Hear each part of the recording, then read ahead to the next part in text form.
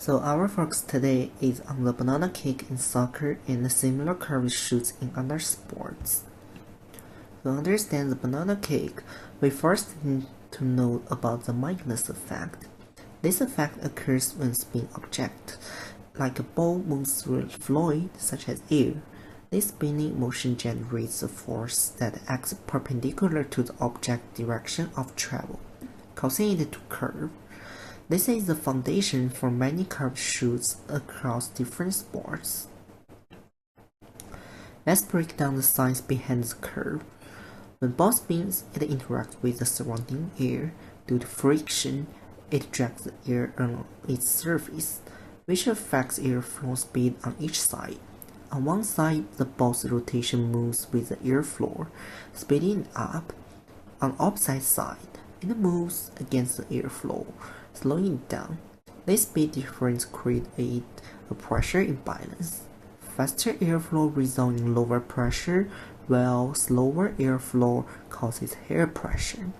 This pressure difference pushes the ball towards the low pressure side, creating a curved path. The banana kick is a perfect example of the Magnus effect in sports. In soccer, players kick the ball slightly off-center to generate spin. For instance, if a left-footed player kicks the ball to the left, it creates clockwise spin. The Magnus effect causes side force that pushes the ball in the direction of the spin, making it curve left. This technique is effective for bending the ball around the defender to reach the goal. So welcome Li Han to show the banana kick. And then Ronaldo!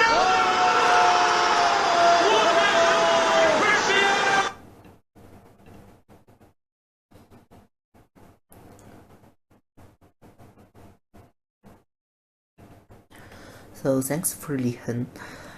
Spin also influences airflow stability around the ball. When ball spins, it creates points where air separates from its surface, known as flow separation.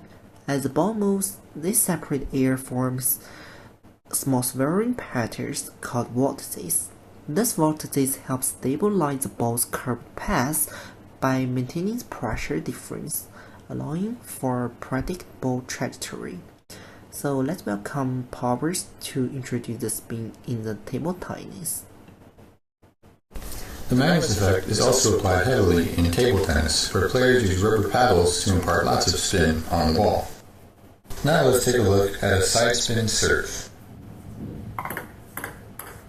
As seen in this slow motion, even though the ball starts off with a forward movement, it starts to move continuously to the right as a result of the spin. Instead of the path in blue, the ball follows the path in red, continues rightward as a result of the right side spin, which increases velocity on the right side of the ball, creating an asymmetrical flow separation, which results in the pressure gradient from the left side to the right, which causes an overall pressure force on the left side of the ball and accelerates the ball to the right. Magnus effect is also used for backspin shots such as this one that lands short of the end of the table. As seen in this slow motion video, the ball has backspin onto it, which allows it to have additional lift and land shorter than expected.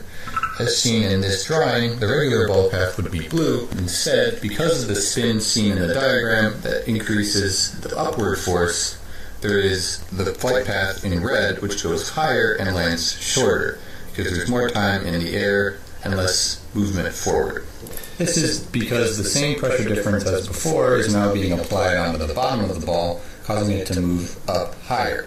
The culmination of the Magnus effect in table tennis is the famous around the net shot. In this shot, a diagonal spin is applied to the ball, which allows it to start from the side and below the net and spin up around the net and land on the table on the other side. Thanks for Powers. So finally, the same principle is used in designing airplane wings, golf balls, and even industrial processes involving fluid.